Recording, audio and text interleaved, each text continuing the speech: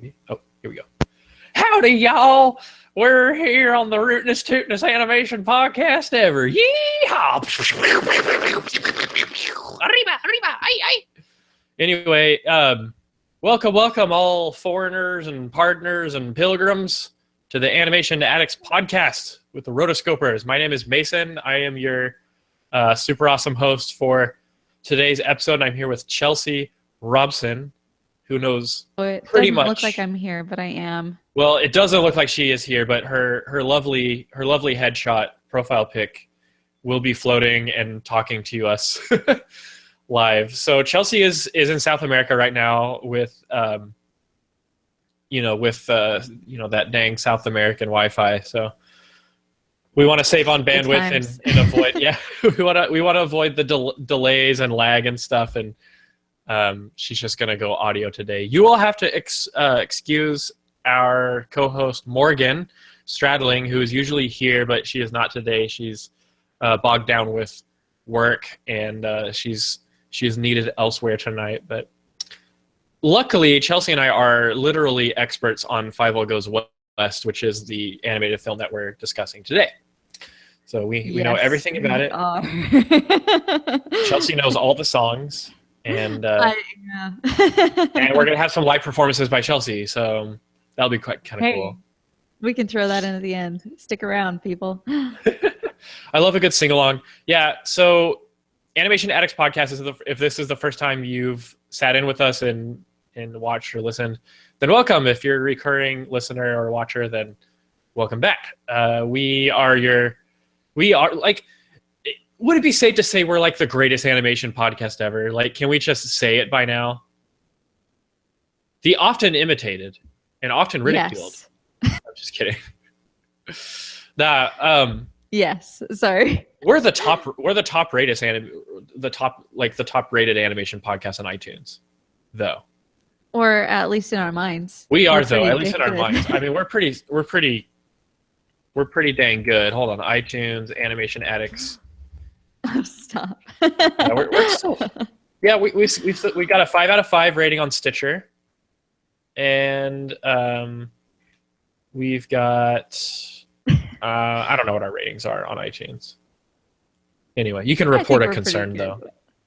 My concern is that we're too attractive. Time we're gonna get everybody's gonna be jumping in and saying, actually, you have a 4.999 rating. You're not cool. Perfect. Yeah. So anyway, today we are reviewing the Un-American Tale, Tayl, Fievel Goes West. And we're gonna basically talk about everything we can about the film until you guys get bored and leave. So we're also gonna be on the chat on YouTube and also rotoscopers.com/live. We have a chat wing box, so be part of the discussion, and we can debate the various and discuss the various parts of the movie, characters and stuff. I haven't seen this film in forever. I saw this film like when I was in kindergarten. I barely remember. I remembered some things when I watched it this time. I was like, oh yeah. But no, this was another one of those movies that Chelsea watched over and over. Really? So would you say that the Western theme that was in my house? So I think that's probably one of the reasons. But I honestly really I dig this movie. Okay. All right. So this was like my first time really like consciously watching it as an adult. So I thought it was pretty interesting watching it again after all these years, and I have some thoughts on it. But yeah, let's see. So this is Amblimation. It's kind of complicated. First of all, this is not a Don Bluth film. American Tale was. Getting to America was Don Bluth. Getting to the West was not Don Bluth, right? Correct. So at this point in time, Don Bluth actually had, there was problems with the budget originally. Don Bluth and his animation studio, Sullivan Bluth Studios, were originally going to make the film. But then with American Tale, they're like, okay, we need to have this budget set aside. But Universal agreed but said, actually, no, you're going to have to do it for the same amount of money that you did your other film for, American Tail, the original. And Don Bluth was like, I'm already doing something else that's like twice as much as that, or at least a couple million more than what that was. And so by doing that, I would have to lay off my people.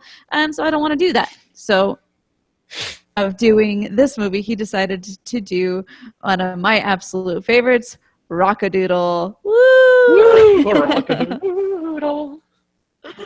Well. So this was a great... Well, I mean, so that's where Don Bluth said he took his side and he went over there. Well, that leaves our good friend, Mr. Steven Spielberg, to this whole project. And he says, okay, so he takes a couple directors. One was a former Disney animator, Phil Niblink.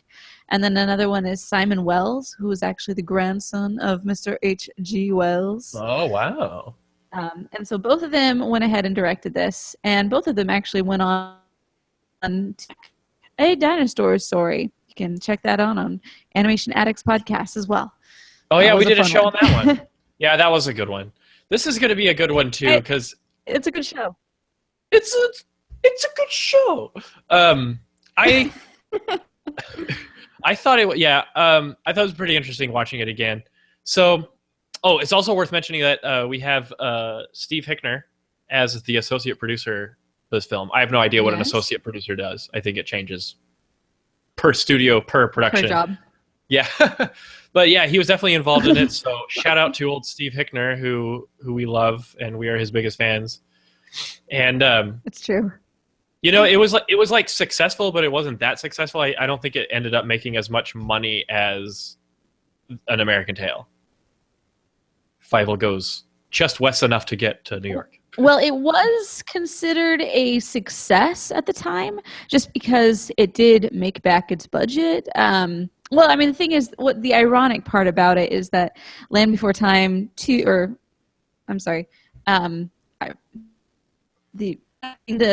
up being made for about $25 million, which was twice as much as Land Before Time. Yeah. So that was the ironic part that Don Bluth did not direct this film just because of budgets. But anyway, that's all good. The thing is, it did come in with about $22 million on domestic within the U.S., and then total worldwide was about $40 million. So it did make money, and so that's always a good thing. And then there's the VHS market, Yeah, and that's probably where I saw it, because we definitely had the VHS, and that one I'm sure was a huge thing, just because a lot of those films at the time, they were really hitting hard with VHS. But here's an interesting part about the whole situation was that it was also released, the release date was November 22nd, 1991. Which any animation Mason, addict... Yeah, any animation addict who knows their stuff will know that that was the same day that Disney's Beauty and the Beast was released. So we had us a little competition going. Yeah, so exactly. November 22nd, 1991, Beauty and the Beast. What else is there to say? It's Beauty and the Beast versus Fievel Goes West. It would have been interesting if Don Bluth had in fact been the director, or had handled the animation for the film. That's not to say it would have had a completely different direction or a completely different feel to it, but maybe with a little Don Bluth dazzle, it could have been a little more than it was, or maybe a little more like American Tail, which was very dark and gritty and stuff. And that's not to say that Fievel Goes West doesn't have its kind of dark themes to it, and we'll get to that in a little bit, but it's interesting. But anyway, Beauty and the Beast. Right. How at that point in time you really, looking back, obviously all of us are like, yeah, you can't compete at, the only animated film to ever be nominated for Best Picture all around. Yeah. So it's got some weird connections to Beauty and the Beast, though. Really? What were some ones? Well, you got John Cleese. John Cleese, howdy, y'all. He was the voice of Cat Urwal, the villain of the film. He actually turned down the chance to voice Cogsworth in Beauty and the Beast for this role. So I was like, oh no. But that's all right. You know what? I don't know if I would have liked John Cleese. I don't know if I would have liked John Cleese as Cogsworth. Yeah, I don't think I would have. But then again, I don't know if I would have. I don't know. Yeah. Well, I did also notice another interesting connection that it had was at the very end. It's got the dream to dream, da da da da da da. That song. Obligatory. Some sort of celebrity or pop singer has to sing one of the songs.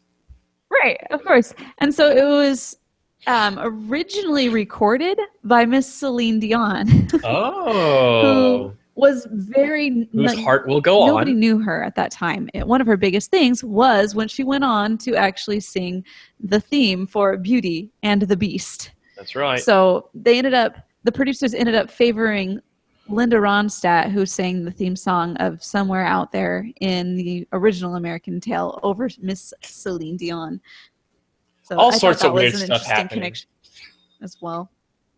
It's really interesting because Steven Spielberg is such an iconic director of live action films, and this whole era of amblimation was just so kind of kooky. You know, they were just kind of feeling things out, it seemed, and I felt like production or like producing wise, they made a lot of weird decisions, like the whole Celine Dion thing, you know, and stuff like that. And I don't know, it's interesting because like a lot of their films never really resonated with me. Like I was never a kid who sat at home watching amblimation films. I was strictly a Disney kid, except when Shrek came along, and then DreamWorks started encroaching on old Disney, and of course, Pixar. But my VHS adventures were always, or VHS viewings were always Disney. And I think we had Land Before Time, and that was it. And that's Don Bluth, obviously not yeah, I did both. Yeah. I did so both. You were a true balanced animation addict. Of a Don Bluth, and I just really liked it all. And the fact that this one had some fun songs, I was pretty happy about. Yeah, it's got fun songs. It's got a whole part of it that's really fun. So, like I said, I saw this in kindergarten. I only remembered a few parts. Yeah, what you got? One songs, the song "Dream to Dream." It was written by James Horner, who I absolutely love and adore, and rest in peace. Oh my gosh, sad face all the day.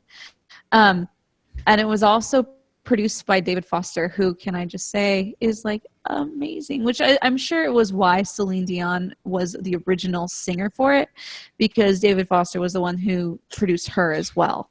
Yeah. Like he's just done Michael Bublé and like a whole bunch of other people too. Josh Groban. Yeah. Wow. So if you see David Foster's name on anything, you know it's going to be good. Yeah, he's got a ton of credits. Like I'm just browsing through his IMDb because I don't know anything about music. But yeah, cool. David Foster, huh? Anyway, I don't remember a lot of this film. Throwing out But you don't remember a lot of the film prior to watching it, or right now? Well, no, I don't remember anything about American Tail. Actually, I think we did that within the last year and a half, but I forgot all about it. It's like, what, they're trying to get to America. There's like a ship, and there's like a thing, and then there's like cats, and then all I remember is the lady who's like, "Release the secret weapon." And I forget what happens, but basically they're in America, right? And they're supposed to be living the American dream. Well, they're not. Finally, they're like unsatisfied. Can I just open up a thing just here? Like, I think I'm getting some lag from you there, Chelsea.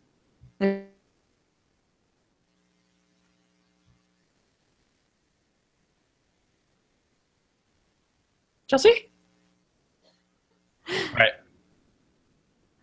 right. Yeah, so they've lived the American dream as far as like they've come to living in New York.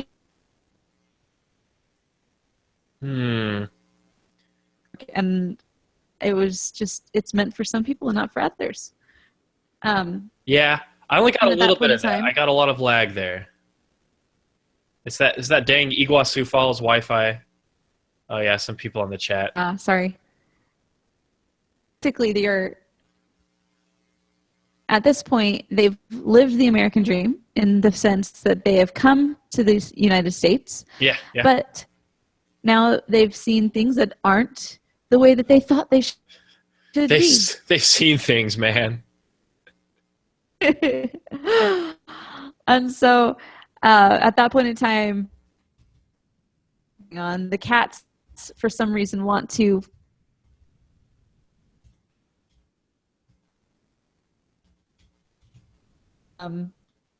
manifest cats.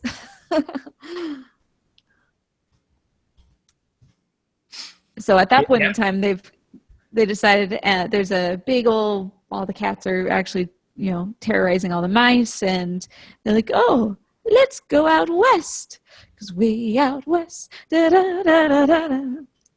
Yep. They spent the whole time they spent a lot of the first film, saying there are no cats in America. Well, they were wrong. There definitely are cats in America, and they attack them like every day, apparently.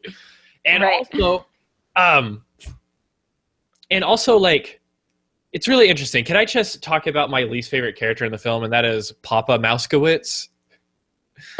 He is the biggest. He is the biggest loser. The film opens up with him complaining, "What happened?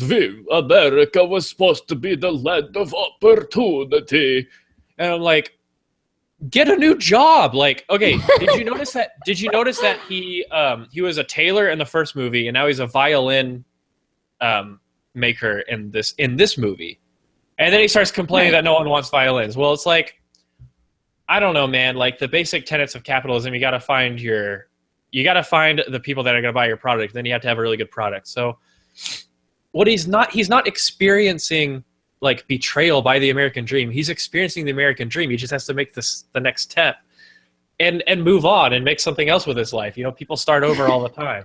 So I wish that Papa Mousekewitz could have reinvented himself and learned that that's all part of the process of producing your own wealth and being successful in America. But that's all right. He's a new guy, and he catches on to the fact that there's opportunity in the West, which there is, mostly in Texas, but also in the West. But yeah, he is so dim-witted. Like, it is so incredibly, because this is very much a kid's film. Let's get that straight first off. Like, mouse burgers, the fact that nobody gets killed, they just get disarmed in a very dramatic way. It's geared towards kids. And so it's painfully obvious what the cats want to do with the mice. But the whole time, Papa Mousekewitz is like, "Oh no, we can trust these cats," And it's like, no, the cats are going to make this mousetrap.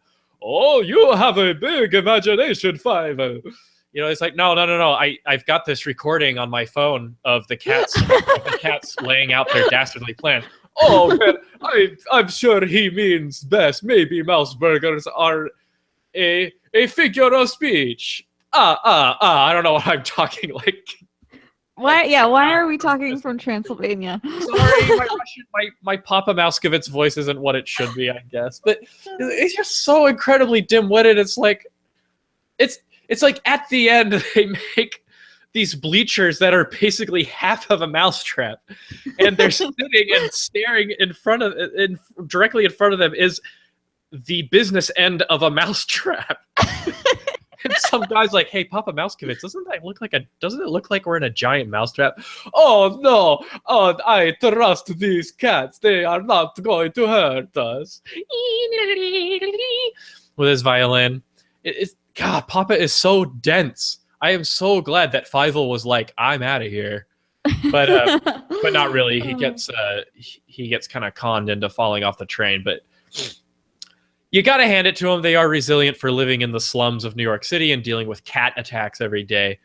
And so naturally, they are going to seek after these tickets to go west. And that's where John Cleese's character, Cat Wall, get it, arrives on the scene.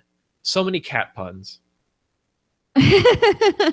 There's so many puns in this that just makes me actually really happy. At Wall. Yeah. T.R. Chula. Come on. Which one? T.R. Chula. Tarantula. Yes. The dumb spider. Oh my gosh, that spider. Yes. Wiley Burp was actually my favorite. Wiley Burp. Who was supposed to be Wyatt Earp. Wyatt Earp, man. Dang old James Stewart. I love him. He's so James old. He was so old when he did this film. This was his last film. This was his last film, and you could hear him, man. He's inches away from death. Lord bless and keep him. But oh man. But he did a great job, and I remember that iconic scene, that daydream that Fievel is having. Which brings me to this point that I wanted to make, is that this film is zany with its animation. Z-A-N-Y. Like, lots of like 3D effects without necessarily doing CG. Coconut gun. But any Donkey Kong fans in the house? Anyway. Where like the camera like revolves and pans around the characters, and that one scene of Wiley Burp staring down all the cat gang. And the autofocus on my camera is like, whoa. And the camera goes all the way around him, and you get to see all these angles and stuff. Like, it's pretty good.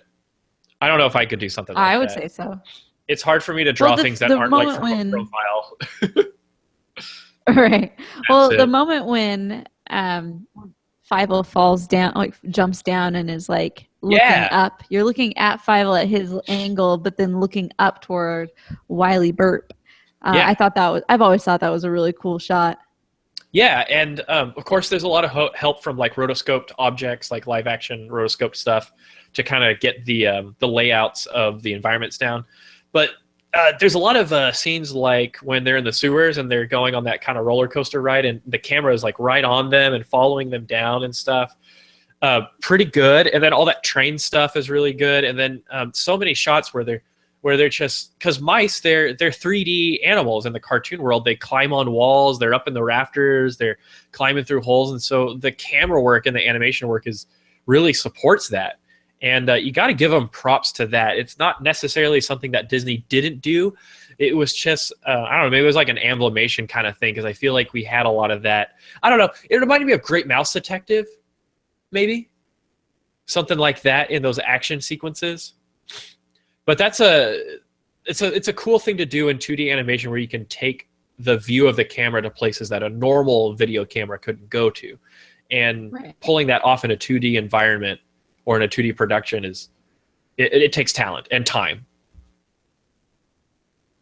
But yeah, Cat R. Wall. Yeah, for sure. Well, so there's that one part where you have the what is it, like, he's the puppet mouse, and he's coming in and he's like, y'all. Y'all. I was right. Like, I can have a really deep appreciation for this, y'all. I was watching that and I was like, he ain't from the West. You know? The Italian mouse that's right there. And he's like, oh, I'll take a 15. It's me. Yeah. Mice, man. They're breeders. So Cat R. Wall, he is the quintessential Wild West twirly mustache gentleman villain. Yeah. And you know who he has a lot of similarities with, and I want to open this up to chat if there's even people still watching this. Who would win? Okay, first of all, I'll present who I think he's very similar to is Professor Ratigan from The Great Mouse Detective. Hear me out. They both have like an army. They have like a gang surrounding them, and they both seem to be smarter than everyone else in their gang. And they both have annoying, creepy henchmen. They have that one henchman who is beyond creepy. So you had Fidget, who was running around with Ratigan in The Great Mouse Detective. Now you've got Chula, who is the spider dude with the horrible smile, terrible teeth. Spiders don't even have teeth. Who runs around with Cat R. Wall. And it's like, And they're both kind of dim-witted, but they're the muscle and they're the intimidation factor in the gang. So who would win in a fight? Like if the two dastardly Ds decide to dastardly defeat each other, who would win? Who do you think has got the smarts, the brains, the gadgets, the resources to defeat the other person? And keep in mind that Cat Arwal is a cat and Professor Ratigan is a rat. This is true. I think that Ratigan would still win. Ratigan would still win. Okay, I want to hear your reasoning. Let's turn this into a mini nerdy couch discussion. So just a tiny couch, just one seat cushion each. Sounds good. You get one. So the reasons why I think that Ratigan Mega Evolution Ratigan. The reason why I think that he would still win would be because you look at Cat Arwal and all he does is he gets other people to do his deeds for him. For example, the reason why they don't go ahead and eat the mice in the first place is because that if they did that, then nobody would build their stuff for them. So in that way, he's the one that's just kind of like, he's getting everybody else. He's definitely the brain, not the brawn of this. And I just don't feel like he has the inner monster inside of him. The inner monster. Actually, he's got a soft spot for Tanya. He does. Right? He's got the soft spot for the diva. And I think that stop. You don't crush the diva. Don't crush the diva. I love that line. I want to use it as much as I can. Please do. So I think the reason why though is like you look at our Mr. Ratigan and you see that he does a lot of things on his own. He's smart enough to do everything on his own, and yet he still does have henchmen to do things for him. But he's also got that inner beast in him. Okay. Like he goes all feral at the very end. Yeah, at the end there, he evolves into Raticate and tries to do Hyperfang on everyone. Exactly. Is there mega evolution for Raticate? I don't know. Someone in the chat. No, there's not. Oh, okay. Well, according to Pokemon Go, there's not. Well, Pokemon Go's only many generation 1. Let's see. Mega evolution Raticate. Raticate. That's what I call him because Spanish. I don't think there's one. I think this is just fan art. Yeah, there's no mega evolution for him. There's a YouTube video. What if there was a mega Raticate? That'd be so cool. But anyway, so it seems to me like you're comparing the evil plans of the two villains. So Ratigan, he wants to build a robot queen and use her for political power. Hijack the entire British mice government, critter government in Great Britain, in the UK, with a robot. And it's a very convincing robot. I mean, let's just put that out there. Meanwhile, Cat Arwal just wants to exploit the labor of these poor immigrants, and then he wants to kill them all in some mass genocide thing and make mouse burgers. Mouse burgers? That's so lame. What about mouse enchiladas, mouse tacos? Like, we're in the West, y'all. We're going out west. The spirit of the West. Oh, man. I should start making Rango references. What's your matter? I love Rango. We need to do a Rango Revisited episode. We need to go back and do another episode for Rango. Rango Part 2, because Mason still has stuff to say about it. Okay, so looking at the chat here, we've got Esther who says Ratigan. Ratigan, hands down. Ratigan is actually trying to contain his inner monster, and it is quite terrifying when it comes out. Ratigan has a much bigger picture in mind. Usurping the queen to rule the British Empire is pretty cunning. Cat Arwal would get his eyes clawed out by Ratigan. Ratigan used Hyperfang. Super effective, or it'd be a critical hit. I'm pretty down with what she said. I believe that's exactly what would happen. He's got too much inner monster, so that he just can't. He would just go crazy. Yeah. So what do we got? Jacobs06, Turquoise Comet, Cassidy Wang. pretty much everyone in the chat says hands down that Ratigan would win. Plus, he is voiced by Vincent Price. Yes. The illustrious. Yeah, there's really no beating that. I mean, James Stewart is pretty cool, but he's not the one we're comparing him to. So, I mean, as far as voice actors go, you dirty rat, you. I love James Stewart. I mean, this ain't no Mr. Krueger's Christmas, am I right? I mean, he's an old dude in this one. So anyway, Caterwall. Okay, so the Roto Nation has decided that in a fight between Cat R. Wall and Professor Ratigan. Plus, Ratigan is such a cool name. Plus, he's a professor. Like, that's so mysterious. Like, how did it go from being a professor to an evil? It's true. An evil guy. Is Moriarty a professor? Is he an academic in the Sherlock Holmes lore? I have no idea. I don't know, because I feel like Ratigan is like the Moriarty of this. Right. Rats Down Under. What's it called? The Great Mouse Detective. Rats Down Under. Rats Down Under. But anyway, who's better though, Fidget or Chula? I like Chula's name a little bit better because it sounds like Chola.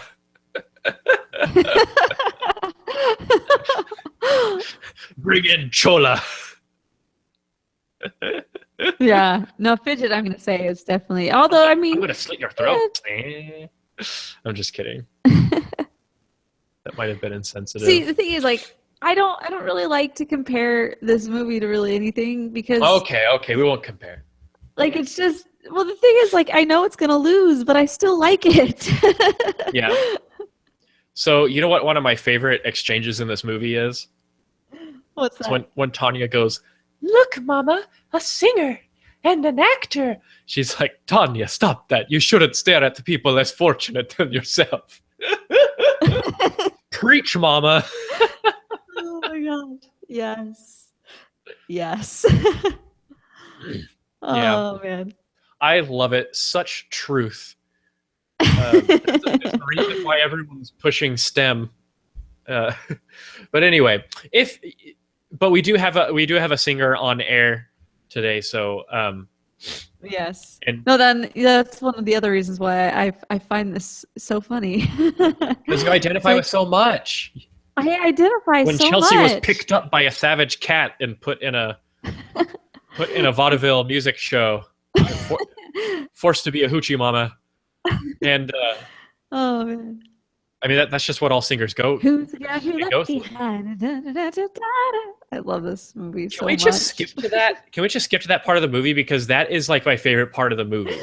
For some reason, the movie just is like, okay, forget about Fievel, forget about whatever Tiger is doing for the whole movie, and check this out. Like, it's awesome. Like, okay, for one thing, gotta look at all sides of the coin here, which two sides. So, Cat Arwal is a softie because he is going to kill Fievel and whatever, and he's going to kill the mice, but he spares one mouse.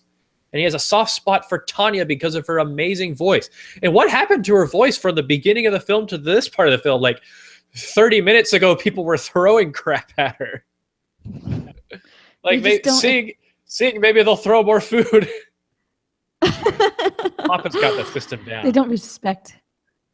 Get no respect. See, out in the West, like when you're out in the frontier, I mean, they just.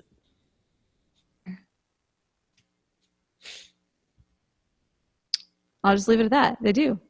Okay. So I thought it was interesting.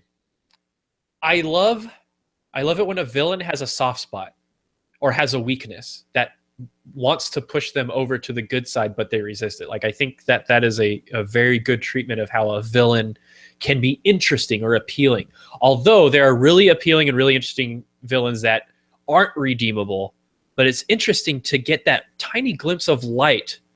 You know, what I don't like about the film and what's weak about American Tail too is that Caterwall doesn't do anything with his soft spot for Tanya. He doesn't rethink his plan. He doesn't have a conflict of like conscience or anything. He doesn't have like an inner struggle. The only thing he really cares about is saving her so that they can be successful at their bar. You know, you'll crush the diva. You don't want to crush the talent there. But Caterwall does not have a heart. He's very much a exploiter. He is very much an opportunist. I don't like to say businessman because I hate it how animated films are always bashing on businessmen. And it's true. As a wannabe entrepreneur myself, I am constantly being disappointed by Hollywood and the animation industry's treatment of capitalism and capitalists. But whatever, I digress. Animation is also all about generalizing and all about stereotypes. Like, let's be honest here. So, of course, the bad guy is going to be this like businessman who's. And don't get me wrong, I don't agree with Caterwall like deceiving these poor immigrants and like making them labor, and then he's going to kill them all to like, whatever. Of course, I'm not endorsing that. I just whatever. But anyway, it's interesting. He has a soft spot, but he doesn't really do anything about it relative to the mice. But Tanya's little transformation in this like little moment where she thinks that it's interesting because the movie could have really gone the jealousy route with Miss Kitty, but instead Miss Kitty actually turned out to be a really cool person. Oh yeah, Miss Kitty was awesome. Yeah, she was cool. She's like the mentor. She's the mentor, and she says that she's like, "Don't forget, honey, it's what's under the mask." Yeah, I love her accent. It's so great. A mouse. Huh. Yeah, she's gonna and stuff. So she's kind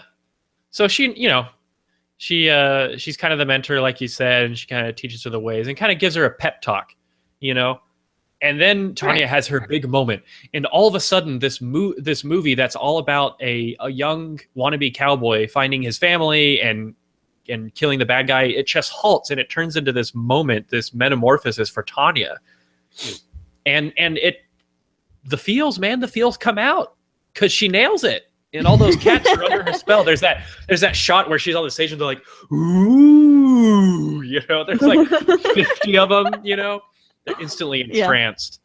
And we'll find the girl, we'll find the girl, we'll find the girl. Tonight. And it's like, all right, yeah. Oh. Yeah, they love her. And then Fievel comes up. Tanya, we gotta go. Fievel kind of ruins it. My public needs me. My public needs me. Yep, she's gone full hoochie mama. Just like Minnie Mouse when she first started out. Oh man. Yeah. Yeah. So it's pretty interesting. Actually, Fievel kind of ruined it. Like all he had to do was just wait for her to go home for the day, But he also didn't know that Caterwall was probably going to spare her from the mass genocide. And I had forgotten. I was like, does Miss Kitty know about the giant mousetrap and the mouse burgers? Is she going to tell Tanya about this? But she didn't know either. She was another innocent player, another innocent victim in the scheme. Of course, it's always the talented ones that are the innocent. Yeah. Yeah. So what are some other memorable moments? Oh, we got to talk about Tiger. We have to talk about Tiger. Tiger is even better in this film. Like, he's amazing. He was pretty awesome in this film. I think one of my favorite parts is right after he has been dubbed the Tiger God.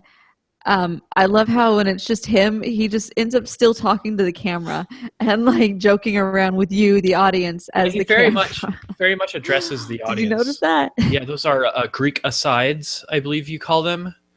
The soliloquy. Oh yes.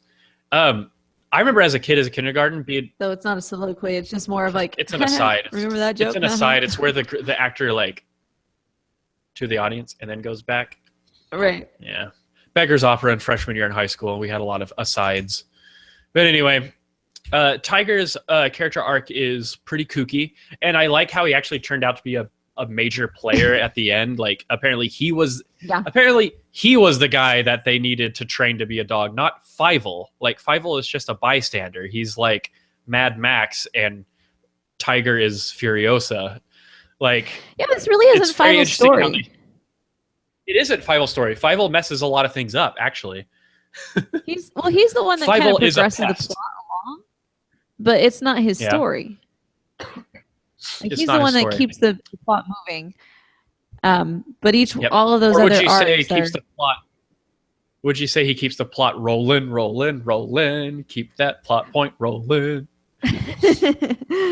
Rawhide. Rawhide. Yeah, apparently that was the version sung in the Blues Brothers, and Steven Spielberg's voice is actually in it. And Steven. So that version, that song "Rawhide" is the version that Dan Aykroyd and the other guy sang in Blues Brothers. Was it Blues Brothers, or am I totally tripping? No, yeah. Oh my gosh, that's great. And Steven Spielberg actually lent his voice a little bit to that recording. I don't know which one is his voice. You'd have to kind of probably look it up. But yeah, that's a little known fact right there. That is a little known fact that you can just look up on Wikipedia or IMDb. But yeah, don't get me wrong, folks. We do our homework. We don't just know these things. So anyway, I love Tiger's story arc, but was I the only one who was a little freaked out when I was in kindergarten and I saw when the moonlight hits the face of the grinning stone monument? It's really creepy. I thought it was really creepy. It's this like creepy grinning face, and I was not prepared for it when I was a kindergartner. And then I remember the little chief popping out. You know, some nice squash and stretch there. One of the principles of animation. And thank you. And it's kind of like I also remember in kindergarten the squaw coming up and thinking about how she's going to use his tail for a fur coat. He's like, ma'am, that's still attached to me. And I just think that Dom DeLuise does such a great job with like kind of the blubbering kind of weakling fool guy. Like he's the guy who's trying to fast talk his way out of everything, you know. And he's got the you know how Dom DeLuise does it. You know what I'm talking about. I liked his role as Kusa Magoopa Goop in Dexter's Laboratory. That's one of my favorites. Chelsea, if you got something to say, you got to unmute that mic.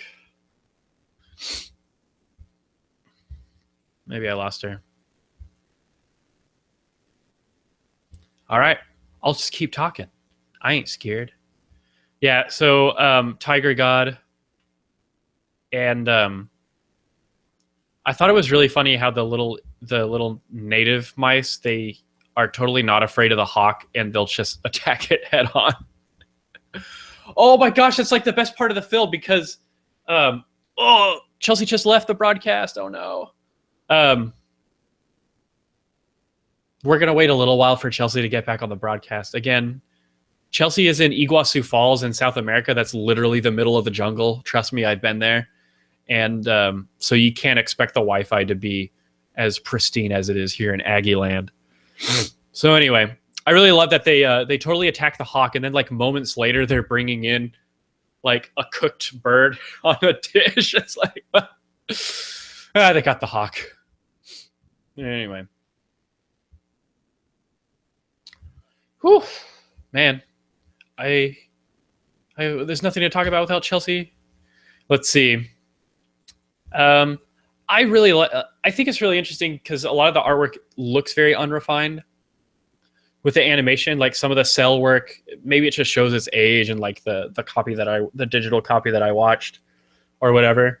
But I really like stuff like all the background paintings and all this stuff. Like you can see that one that one rock formation in Monument Valley out in Utah. Like in every shot, they like to put it in there. So let's see. All right, who wants to hear me do an impersonation of Wiley Burp? Huh? Anybody in the chat want me to do some James Stewart? I'm gonna try to do my best. Anyway, let's see. He's got a lot of great monologues in the film. I like the one where Fievel first meets him and he's like sleeping. I like how Wiley Burp is just sleeping the whole time. He's like sleeping the whole movie. And it takes him forever to wake up. So anyway, let's see if I can do some James Stewart here. Let the sleeping dog lie, son. Doggone it, I'm dog tired. I'm screwing it up. He's like, I'm tired of leading the dogs laughing, fighting like cats and dogs against cats and dogs. Young pups dogging my trail, tried to become the top dog. I don't know. Maybe that's a little too much Western flair. But I like how they have this monologue with Wiley Burp, and he basically has like, I don't know. This is the one monologue that has like 50 dog puns in the course of like 30 seconds. It's amazing. I don't know if I revert back to my one line that I know really well from James Stewart, where he's like, "You dirty rat, you," where he's like, I'm going to the dogs in a dog-eat-dog world, son. I'm far over the hill. I'm on the bottom of the other side. Something like that. I don't know. James Stewart was pretty good and got that iconic voice. So it's like, okay, I like to read the critics' reviews from the original film, like when it first came out. Like contemporary reviews and reviews that like people give today in 2016 are probably muddled by a lot of nostalgia. Like either you've just now watched it like as an adult or first time viewing, or you watched it like every 5 minutes as a kid, you know? And nostalgia can really creep into having like an objective view on things. And then you got to decide whether some films deserve an objective review or something a little more subjective, because like nostalgia is part of the experience. So some of the critics for the film, they complained that the movie was not really one strong storyline, but a few kind of loose storylines that were just kind of tacked together. And it does kind of have that vibe. Like we've got, I guess you could say like three main characters or three main arcs, where you've got Caterwall and Tanya, you've got Fievel running around doing gosh knows what, and then you got Tiger for the comedy relief. And I think it's so strange that the movie like switches from Fievel getting help from Wiley Burp to this like bizarre kind of like very funny, chock full of comedic relief training montage for Tiger. And I love how Tiger is such a diva when Wiley Burp is training him to be a dog. For one, I don't know why Fievel can't be the dog. Like, what's wrong with Fievel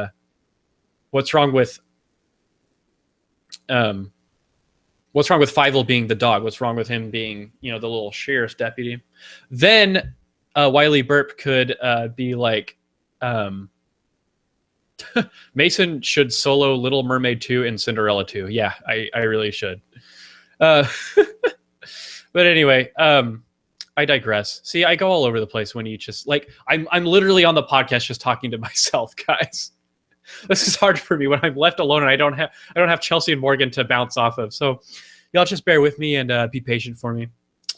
So anyway, Tiger is such a diva. Like, he's used to being a god.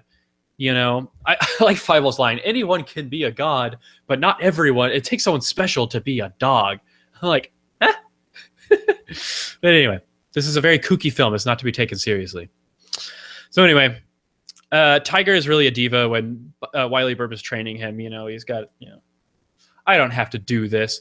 But Wiley Burp, he really ups the intensity. Like, he really wants him to learn how to be a good dog. And I also remember from the previews for this film, because I've seen the preview or the trailer for Fievel Goes West like several times. And one thing I remember is the lazy eye. I love it. Whoa, Chelsea's back, everybody. I am so sorry. We reset the internet here, so hopefully Chelsea will be better. Reset the internet. She called Brazil and was like, "Hey, Batos, reset the internet for all of Brazil. We're doing the podcast here. We got important things to do here. We're doing the Fievel Goes West episode. Come on, reset the internet." I was just talking about the lazy eye, and I tried to do one of Wiley Burp's soliloquies as James Stewart, but I don't know. My James Stewart is too weak. The let sleeping dogs lie one. Let the sleeping dog lie, son. Oh my gosh. How many dog puns can you fit into one monologue? That was those writers had a real heyday. Yeah, they really did. Oh my gosh, yes. Yeah, the I bet they have eye a lot of part. fun with it. Oh, I'm sure I would totally have. Let's sleep in dog. I bet they were dog tired. You should have been in on that one. So anyway, the training montage. We've got the lazy eye, and as a Southerner and as someone who spent time in the West, I have no idea what the lazy eye is and why it has this power over your enemies. So we're just gonna drink the Kool-Aid and move on. Nothing like playing a little Copland, or is it Copeland or Copland? You know, the Beef It's What's for Dinner song. Y'all don't even remember that. Y'all remember that? Beef It's What's for Dinner? Yes, I do. I mean, no, I'm not that old. Is that Copland or Copeland? I have no idea, actually. Who cares? I'm reading this from a script. Nothing like a training montage with like super Wild West music and stuff. And in the end, Tiger turns into the dog. It's pretty great. And he's getting pretty much into it, but he's a real softie. So of course I love a good standoff, Mexican or otherwise, and I love a good Western. No, a Mexican standoff. You know what that is, right? Yeah. Mexican standoff is where the three people have the guns, and so you have one gun trained on each person, and you don't know what's going to happen. You know, you could catch someone monologuing. I don't know. There's the most famous one is in The Good and Bad, the Ugly with Clint Eastwood. So anyway, the final battle is pretty good, actually. I love how this film works. The animators worked very hard to not have any actual killings. There's only There's only one firearm in the whole movie. Fully functioning firearm that's not in a fantasy sequence. Yeah, and that's the giant one, the human-sized one that Catter Wall has at the end. He's got it on a swivel, man. He's just got he's got like a Colt single action or something, or like a 32 or something. And sorry, 38. And everyone else has like little pop guns, like in the VHS cover, or they have a slingshot. And I'm like, props to Rango for having actual firearms. Come on. And well, these are animals making these, so it's not like it's rated G, so we gotta keep the gun violence down, unfortunately. But it's still pretty entertaining because he's got that slingshot and he's deadly accurate with it until the little tiny cat shows up with like the Gatling gun slingshot and stuff. All I have to do is do the lazy eye, and it definitely psyched him out, you know. And well, it's kind of like it's like in the panda movies where he's got his skadoosh. Oh, Kung Fu Panda. Oh, yeah. That's his skadoosh. Yeah, the lazy eye was the original skadoosh. Yeah. That's a pretty good. That's a pretty good reference there. Yeah, that's a good connection. So, my favorite part, and probably the best thing to watch, is when Tiger sees that Miss Kitty is in danger, and then he goes totally KO Ken on everyone, and he goes straight to Super Saiyan level 3, and it's pretty amazing to watch. I love it, and and stuff. You know where this film could have gone, the route it could have gone. It could have like had the cats be afraid of Tiger at first, and then they realize that he's a dog. He's not a dog. That he is actually a cat, like his ears shrink back, you know, or something like that, or whatever. And then Miss Kitty could be like, "You lied to me? You're not a real dog." Who's that dog? Yeah, and then Tiger would be exiled, and then he would have to meet the Spirit of the West, who tells him, "Nowadays, they've got a name for just about everything. Doesn't matter what they called you. It's the deeds make the dog." I have no idea what is that a Rango reference? Rango. It's the end of Rango. It's my favorite part of Rango, where Rango meets the Spirit of the West, and it's just Clint Eastwood voiced by that one guy from Longmire.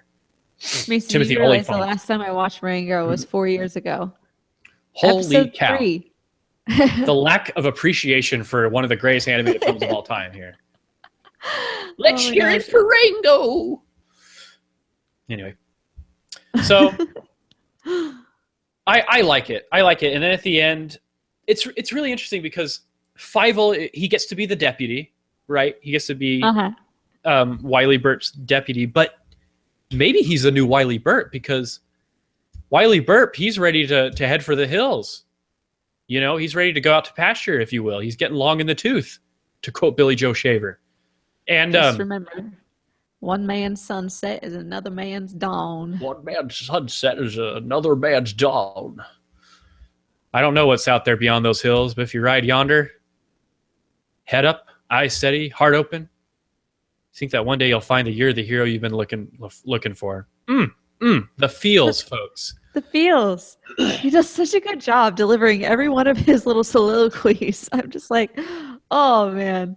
I wish Jimmy Stewart would have done more cowboy roles, more Western roles. I think he would have done a fantastic job at it. But he got one in, you know, the most important one, Wiley Burt, the role of the century.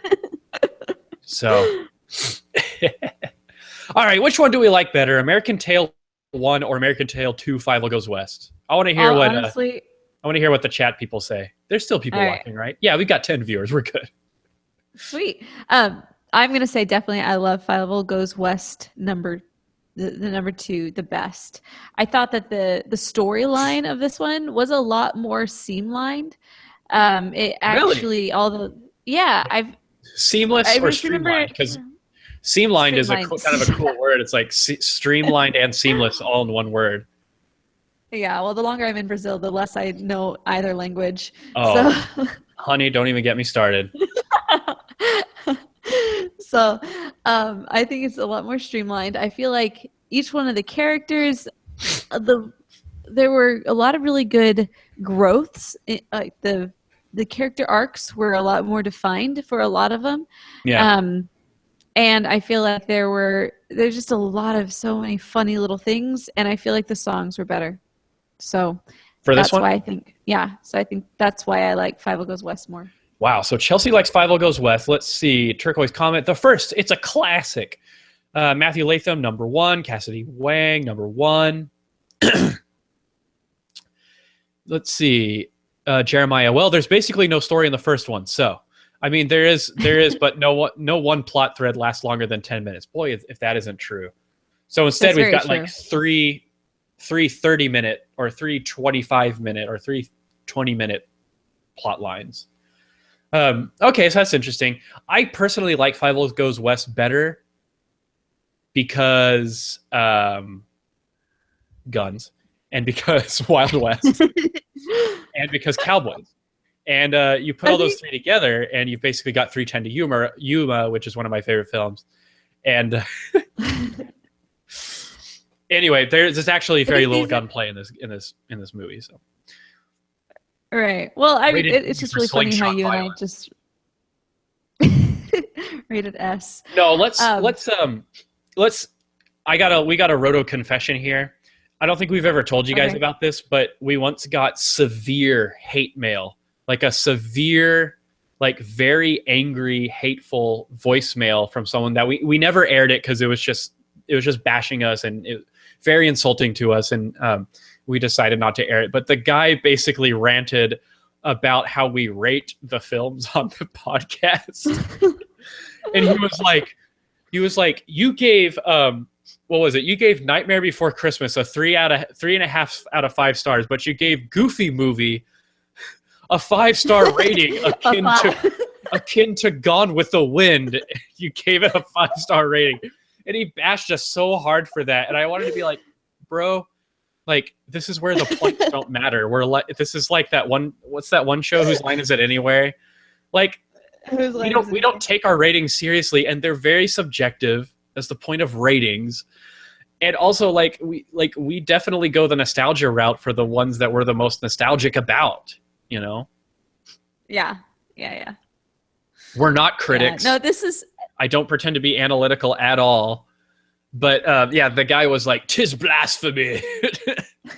Got really offended that... I think it was Morgan who rated it 5 stars. Just because you and Chelsea grew up with it, you know? It was a big part of your childhood. Who cares? Right.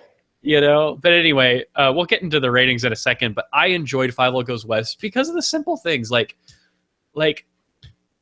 I love Don Bluth and I love his stuff, and you know, I'm rooting for him on freaking Dragon's Lair. I got my I did my payment to their Kickstarter, and so I got this sweet Dragon's Lair autographed postcard, and I got my autographed cell from Secret of NIMH with awesome. Gary Goldman and Don Bluth. Did I get them twisted? Yeah. Okay. Gary Goldman over here, Don Bluth over here. And I've got this very awkward, very heartbreaking pose from Mrs. Nimsby and whoever that fool is. What's his name? But anyway, I am the proud owner of these relics. And so I love Don Bluth, but Fievel Goes West is just better in my opinion. I love it. Oh, yes, for sure. Compared to American Tail 1, I can barely get through American Tail. Yeah. Well, I also am a huge supporter of Mr. Bluth. I will be receiving my All Dogs Go to Heaven sale at any day, I'm sure. So I'm super excited about that. But I do like this one better just because it does feel a lot more streamlined. It does feel a lot more... Was it seamlined or streamless? Streamless Streamless describes you right now with your crappy internet.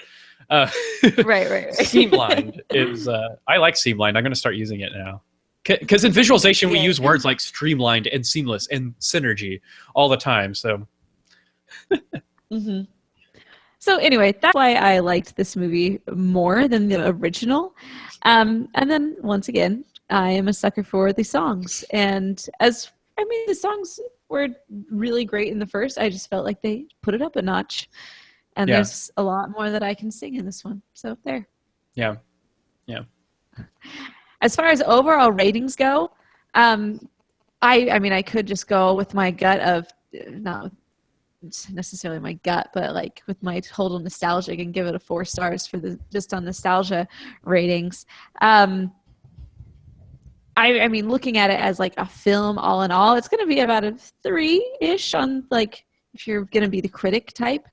But as far as like overall enjoyment, I still get a 4-star value out of this, I would say. Sorry, everybody's asking where Morgan is all of a sudden. Be on time to the live stream, people. Then you'll know. We told you guys. Or start from the beginning. Yeah. But or start from the beginning. So what would I give Fievel Goes West? I don't know. I'll give it 2.5 out of 5 stars. It's not that great. No, it's not. I like it more than American Tail. I wonder what I rated. I wonder if anyone knows what I rated American Tail 1. It would take work to go back. it would, and I don't. And we're live. We're moving forward. We'll do it live. 2.5 stars for me. Cool. All right, let's move on to voicemails. Ooh, voicemails. Do you want me to play them, Chelsea? I am prepared this time. I've got my tablet here and my audio cable. Yes. Yeah. We do have quite a few voicemails that came in. Yeah. Okay, so right. Chelsea, I'm not going to be able to hear this because of my sound system, how my sound system works. So I'm just going to play it. I think I remember the questions that these listeners had. So we got a lot of Roto veterans calling in today. We got 1, 2, 3, 4, 5. And we've got a new one at the end, someone I've never heard before. So this first one is from Brandon with a question about Kubo. Okay. Hello, this is Brandon Smith, back again with another voicemail and an actual question this time. I don't know, I guess you can call this a bit of a touchy subject. I knew it was going to come up sooner or later. Kubo and the Two Strings has been getting, let's call it criticism in some circles for having a very talented but mostly white voice cast play Japanese characters or characters that could be read as Japanese. I want to get your thoughts on that because voice acting is a very different thing from actual acting. You know, you're not in front of a camera, you're in front of a microphone, and you're using your voice to bring a certain character to life. And in that area, the argument of whether or not a voice actor should be the same race or ethnicity as the character they're playing, that can be kind of a gray area. So I want to get your thoughts on that, if you have the time. And yeah, that's it. Once again, I'll see you later. Thank you, Brandon. Okay, so this one was about that one was about the whitewash controversy. Right. All right, what's your take on it? So my take originally and still is I don't care. I don't think that it's really that big of a deal, honestly, because I think about it like, okay, if I am doing as a voice actor, I should be able to close my eyes and think of a character. Now, if that means that this character has an accent, then that character should have an accent. But if that means, if it doesn't necessarily require an accent, then I don't care. As long as I'm able to look at a character and think, this is what that character is and whatnot, then I feel like it's fine. Because if you look, if this was actually a comment that was put on the Rotoscopers Facebook page a couple days ago that said, one comment I really liked, it said, hey, it's going to get dubbed anyway, you know, when it goes to Japan. Oh, and it'll get dubbed by a Japanese. Yeah. And so anywhere it goes, it's going to get dubbed in that. So I think it's made too much of a deal. And yes, I understand that people can feel like, actually, no, it's just because I have this friend and whatever. It's Hollywood, people. I mean, where else are you going to find a place where it's okay to say, actually, no, you're too fat for this role? I mean, that's just what it is. Unless you're in a sorority. But yeah. I don't. Yeah. Which I can joke about because Shanna was in a sorority, so I'm good. Okay. I'm good. You're good. So yeah, that's my long-winded, short-winded phrase. I don't care. Yeah, I second that. I really don't care. In a perfect world, people, like, viewers would be okay. In a perfect world, people would not be so offended at everything. It's true. But here's the ugly truth that everyone seems to forget about Hollywood. Hollywood is a very dirty business, and they work off of stereotypes. They work off of generalizations, and their success is driven by the art form and the star power. Yes. And sometimes you have to put the star power in. Memoirs of a Geisha. Did anyone see that? So Memoirs of a Geisha is about Japanese culture, and all the main characters were played by Chinese actresses. That I would have a problem with, because it's kind of like a movie about a samurai, but having an American actor as a samurai. Oh, wait, we did that too. So it happens all the time, and there are instances when, yes, I do think it's kind of inappropriate, but for animation, the localization will always have local actors, and sometimes they are the celebrities of that realm that they are being translated, where the localization is being made. So what's the problem?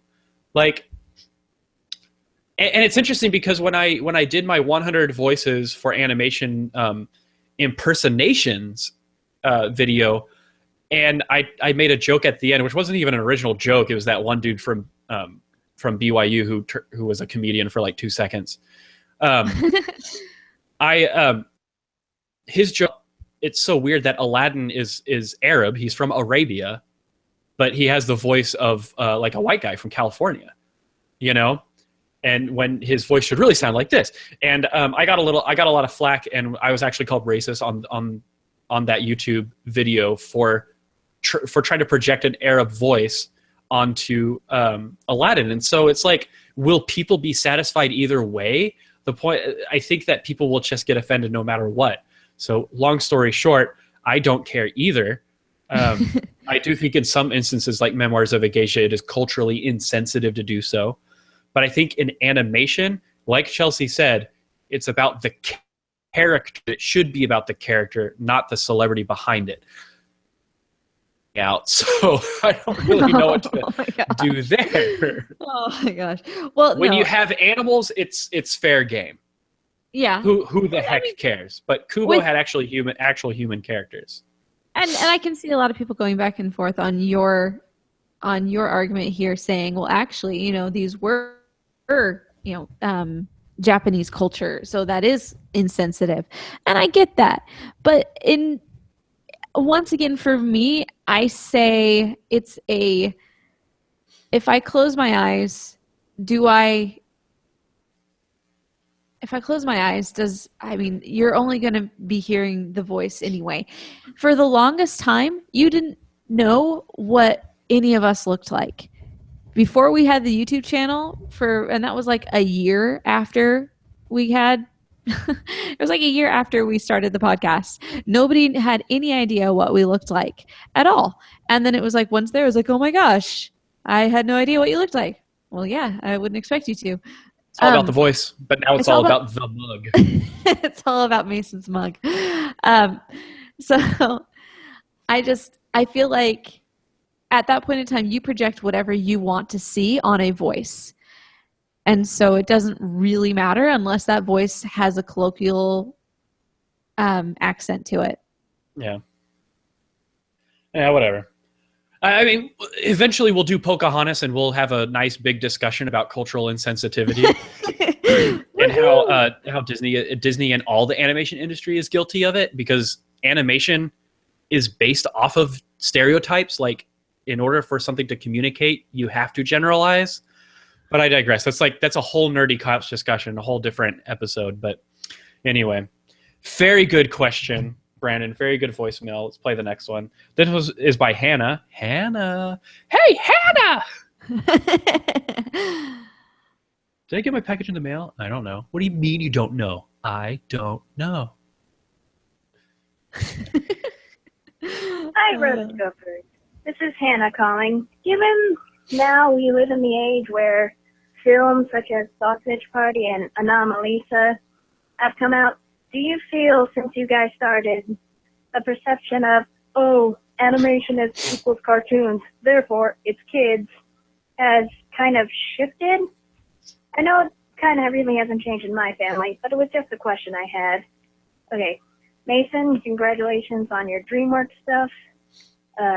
Morgan, congratulations for your bundle of joy. And Chelsea, just keep on yodeling. Thanks for being awesome. Mason, all right, we good? I forgot what that one was about. Mason, congratulations on your DreamWorks stuff. Morgan, congratulations on the bundle of joy. And Chelsea, no congratulations. Just keep yodeling. Thanks, Chelsea Hannah. has a lot to be congratulated about, everyone. Come on. Come on, yes. So her actual question was, with films like Annalisa and Sausage Party coming out, do we feel like that the perception of cartoons are just for kids has shifted in any way? And I'm going to say no. I don't think it has. I think for those niche audiences that have watched those, I don't think that I think they would have watched them either way. And I think that people will watch, Five Goes West either way. Like those movies did a good job of playing to their audience. And these movies do a good job of playing to their audience. There's just more of an audience.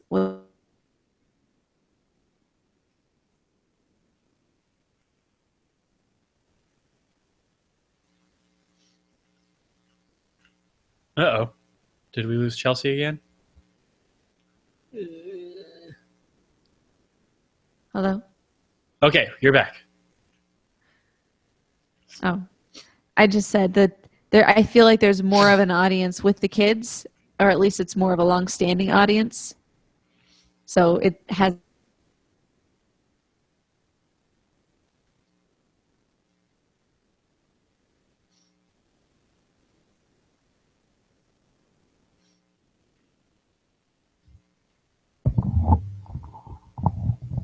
Hello? You're cutting out like every 5 seconds. Sorry. Okay, I'm just gonna say no, and then you'll be able to hear my explanation in the podcast. All right, let's do Mark now. Hey, Morgan, Mason, and Chelsea. It's Mark. I know it's been a long time since I've called in. I've been busy with school and stuff, and it's been a long time since I've actually attended one of the live streamings of the episodes. But the past semester and this semester too, I've had classes in the afternoon and evening, so that's why I can't attend them. But I'm trying to catch up on the past episodes that I missed. Anyway, I hear you guys are doing An American Tale, Five Goes West, and I'm looking forward to hearing your opinion on that. I saw that movie years and years ago when I was younger, and I saw it before I saw An American Tale. So I can't really remember it much. All I remember is, Jimmy Stewart as the K-9 sheriff. And that brings me to my question for today. If you could pick any classic Hollywood actor or actress to have done a voice role in an animated film, there she is, who has never done a voice role in an animated film, who would it be? For me, I think Gregory Peck would have made a great voice actor. And I know they wanted him in Pocahontas to voice the river before they decided not to go with that character. And which Hollywood actor and actress you guys would have wanted to be a voice actor? Good. Looking forward to hearing your responses. Bye.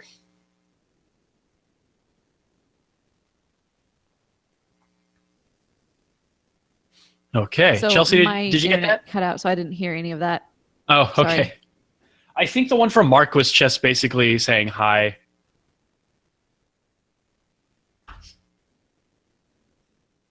Hopefully. Okay, there's one from Rachel. I'm assuming this is Rachel Wagner. So here we go.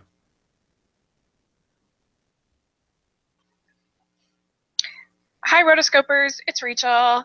So I'm excited to hear what you guys think about American Tail, Five Goes West. This is one that I think is a cute little movie. I think it was probably my introduction to Westerns as a kid. But I don't know, I just enjoy it. It's, Jimmy Stewart is so fun, and I can recognize its flaws as an adult, but I still enjoy it. And I love the song, Dreams to Dream. I think it is so pretty. I actually sang it for a recital once, and I just think it's a really pretty song by the late James Horner, and you can hear the version by Linda Ronstadt. And so, yeah, that's kind of my thoughts. So I'll be curious to hear what you think.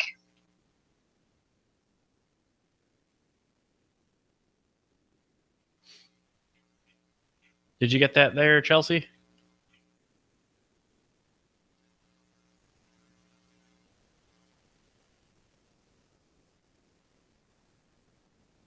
Chelsea?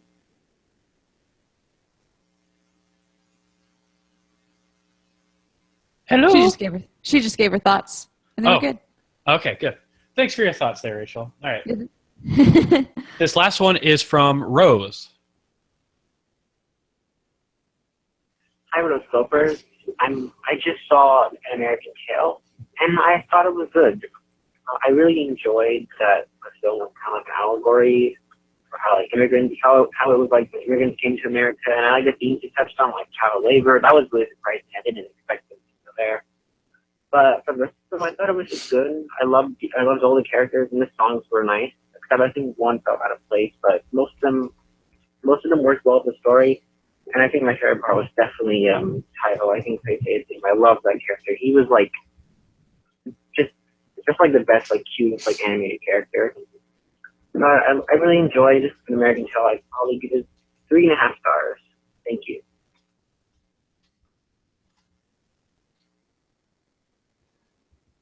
Awesome. Thanks. Okay. That was Rose. Oh, I remember Mark's question. So Mark's question was, if you could take any live actor or actress who has not starred in an animated film yet, who would you pick to star in an animated film? Okay. Let's see. There's a lot of I feel like most of the ones that I would pick have already starred. So that's one that I would have to look really deep into, and it would end up being a nobody, really, because all of the big people I feel have, don't you? Yeah, the entire cast of Arrested Development, I think. Yeah. It has been in animation. Even Lucille, who is my favorite character. Yeah. Arnold Schwarzenegger, I think he should be in an animated film. Yeah? Well, all right. You should call him. I need to read, not to read. Anyway. Everybody, right. I mean, they've all tried to, like, they all tried to be him, but it's never actually been him. Often imitated, but never replicated. Yeah. Exactly. Yeah. I think that Harrison Ford would be pretty good in animation. That'd be kind of fun. I feel like he has, though. Yeah. Has Harrison Ford been in? Carrie Fisher you can leave out. You can leave her in the loony bin. Mark Hamill has done a lot of voice work. Oh, yes. He's like all voice work now. Yeah. Yeah. I mean, he is the Joker in my mind. Yeah. So, oh, man. Exhausting episode. We've been battling the jungle Wi-Fi that Chelsea is in. Like, seriously, Chelsea is in a bamboo hut right now. And she's got her tiny little Wi-Fi router. And there's monkeys throwing coconuts at her. And centipedes are all crawling around her. Like it's amazing how much I was able to get out of such, she's dodging poison arrow darts. I just got off the river. Literally, I just got off of Iguazu Falls today. So. Oh, you just took the falls down? I just jumped off. Yeah. Pocahontas style. Yeah, if she did that down the devil's throat, she would never come back. She would just clip through the bottom of the earth and come back the other side like Pac-Man. Yes. Anyway. All right, folks. Thank you so much for listening in during this very technically difficult episode. And we promise that Morgan will be back soon. She's doing a lot of work for her company right now, and she's bogged down, so we want to give her the space that she needs to balance that part of her life. And but she sends her love and her appreciation for all of our listeners and our patrons.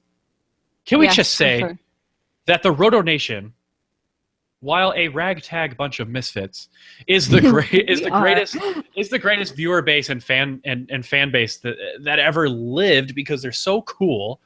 And because of all the support that we get from our patrons. So when we started our Patreon, we planned on hopefully getting enough contributions to start this video chat stuff. We would like to eventually do a once a week news podcast. It is coming. We're waiting to reach that level.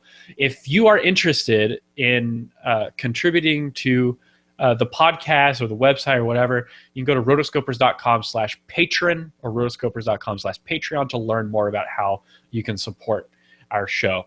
And we just want to thank everybody who has lent their support, and for everyone in the chat who's been making it such a great episode for us, helping us with material to use, because our document was like 5 lines this episode. We were just winging it the whole time. I don't know if you could tell.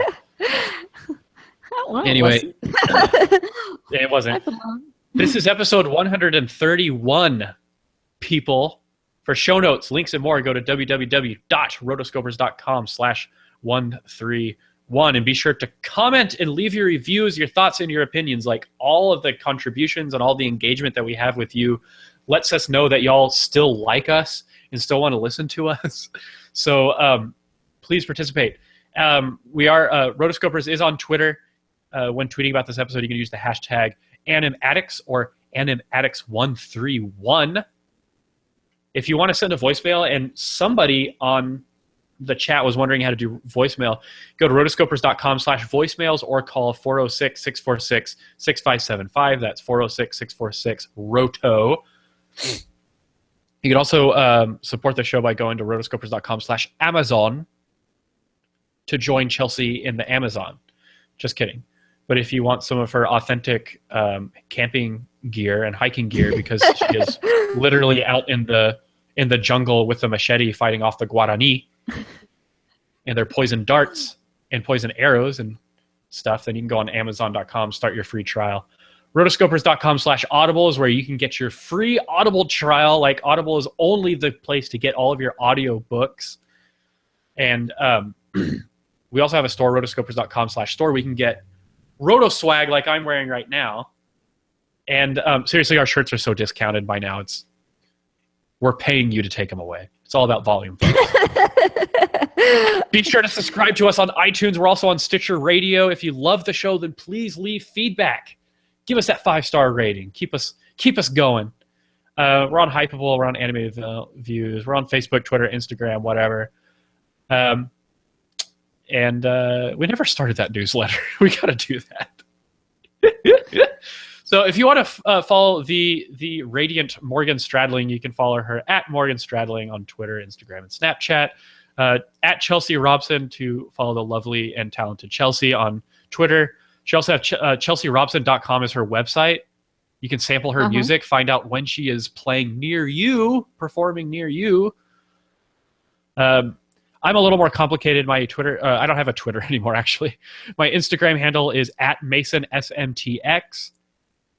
And I've with the fall semester starting, I'm starting animation classes, so I'm taking an advanced animation class. I will be doing my own 30-second animated short. And yeah, so I will be posting my progress on it on my blog, which is thisanimatiedlife.blogspot.com, kind of a play off of This American Life that you listen to on NPR if you're a snob. And thisanimatiedlife.blogspot.com is where you can find all of my works in progress. I just put a storyboard up yesterday for a new short that I'm doing called Space Ferratu. It's about a vampire in space. Sweet. I mean, yeah. I mean, the story about writes itself. Pretty much. And I've already got my character sheets and stuff. I'm going to start modeling and rigging soon, I suppose. So yeah, we love you guys, and thank you so much for sticking with us for this episode. Chelsea, do you have anything else to say? I think we about wrapped it up. Yeah, also, if you're just, throwing it out there one more time, you didn't mention my Snapchat. You can go to Chelsea M. Robson and check me out on Snapchat there. I have been posting about a minute or so a day of footage of my trip. So definitely a place to go. Also, the next episode, we are going to be doing storks. It's probably going to be, we're probably going to be recording that the first week of October because I will be back in my hometown and we'll have better internet access is my hope. So that's the movie that's coming up next. So make sure to support your local animation theater or theater that hosts animated films by going to see the movie Storks just so that we can talk about it. We're going to have a great time. And until next time, we are the Rotoscopers. All right. Okay, folks, we need a title for this episode. Don't leave yet. This is episode 131. What did we have? How to train. What was it? How to Train Your Rat. What did I call it? Rats in Australia. Rats Down Under. Rats Down Under. Live from the Jungle. I love it. Live from the Jungle. Welcome to the jungle. We got fun and games. Cowboy Appreciation Time. The names. What were we had? Let's see. My public needs me. The American Internet Fail. The American. An American fail. Internet in the jungle. Live from the jungle. That is awesome. It ain't Rango. An American fail. Scratching his eyeballs out. It could be Caterwall versus Ratigan. There you go. That's good. Oh, what's wrong with storks? Sorry, I'm just reading everybody's chat now that we're at the end of the episode. Caterwall versus Caterwall versus Ratigan. Yeah, we'll do that. All right, that's all you. Okay. You're listening to the Animation Addicts podcast with the Rotoscopers, episode 131, an American Tale. Fievel Goes West. Caterwall versus Ratigan. Dun dun dun.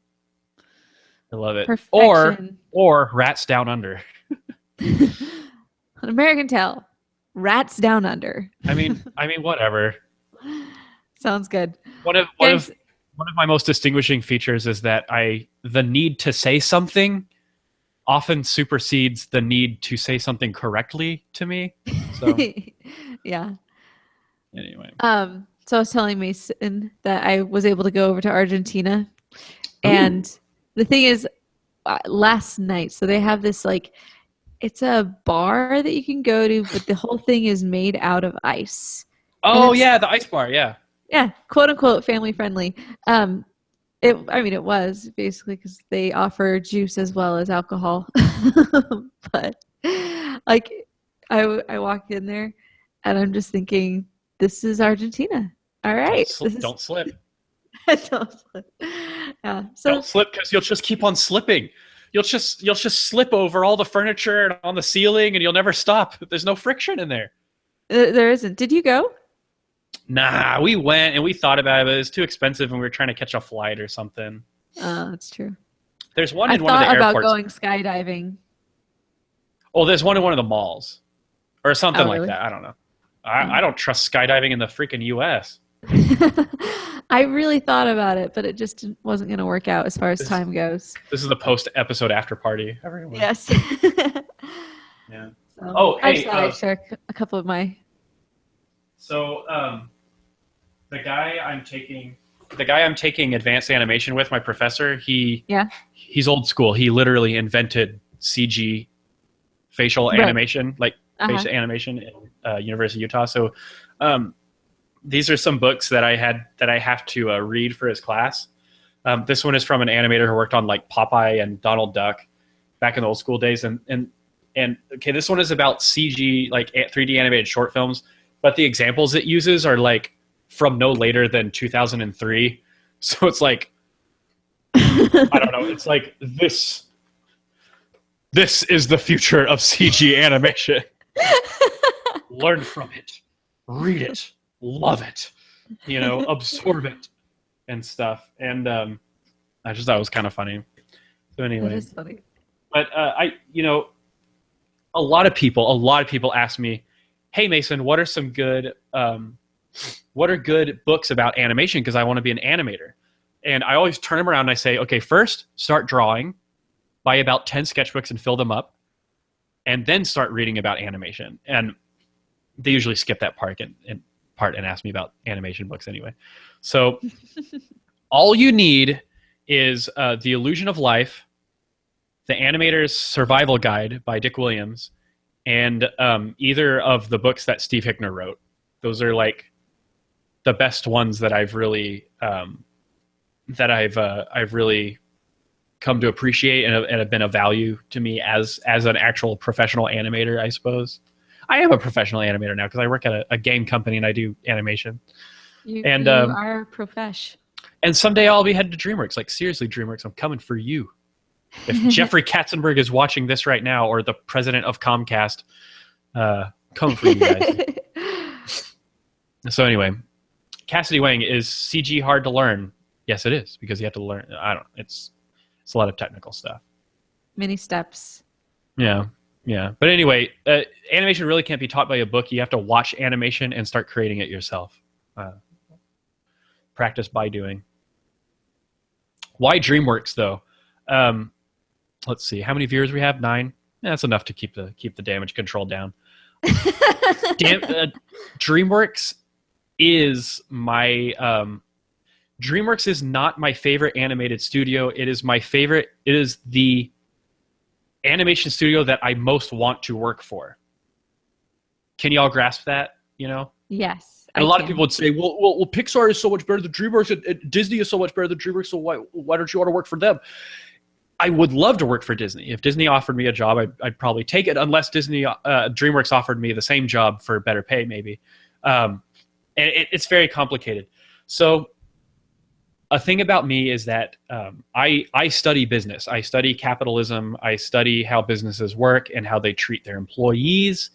And I study the state of the industry from the viewpoint and perspective of the workers.